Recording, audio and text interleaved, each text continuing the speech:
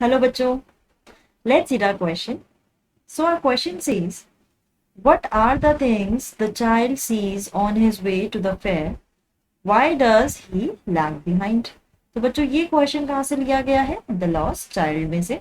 अब देखिए बच्चे, कहानी क्या है, स्टोरी क्या है द लॉस्ट चाइल्ड की, कि that there is a child who gets fascinated by all the things in the fair. ठीक है, कि यानी शायद वो फेयर, यानी कि फेयर में वो पहली बार गया है, मेला उसने पहली बार देखा है, और उस मेले में हर छोटी चीज से वो अट्रैक्टेड होता है।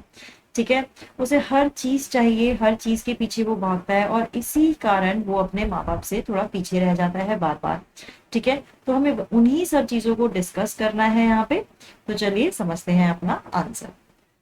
On his way to the fair the child sees numerous things that fascinates him. तो यानी कि जब वो रास्ते में होता है, यानी फेयर में होता है, तो ऐसी इतनी सारी चीजें हैं जो उसे इंटरेस्टिंग लगती हैं, जो उसे बहुत ज्यादा फैसिनेट करती हैं, अट्रैक्ट करती हैं।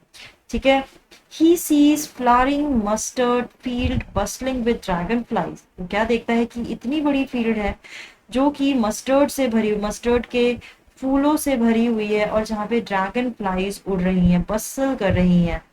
He sees insects and worms teeming out of their hiding place। वो क्या देखता है कि insects and worms ऐसा लग रहा है टीम बनाकर अपनी hiding place में से बाहर निकल रहे हैं। A shower of young flowers fell upon the child as he entered the grove. तो यानी एक ग्रोव में वो एंटर करता है और इतने सारे फ्लावर्स उसके ऊपर गिर जाते हैं। He hears the cooing of doves, वो डव्स को देखता है। तो ये सारी ऐसी चीजें हैं जो कि बच्चा मेले में देखता है, फेयर में देखता है। He lags behind because he is fascinated by the sights of insects, worms, bees, dragonflies. यानी ऐसी कोई भी चीज नहीं है जिसको देखने के लिए वो रुकता नहीं है, हर चीज के पीछे वो भागता है। इंसेक्ट्स को रुक कर देखता है, वॉर्म्स, बीज, ड्रैगन फ्लाइज को देखता है, सबसे अट्रैक्टेड होता है।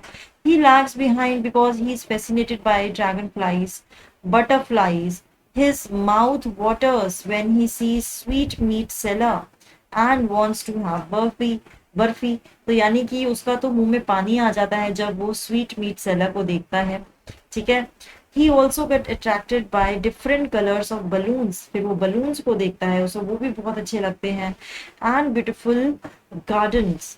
when he sees the snake charmer he gets mesmerized। यानी कि उस snake charmer को तो देखकर, उसकी ट्यून को सुन के बहुत ज्यादा mesmerized हो जाता है।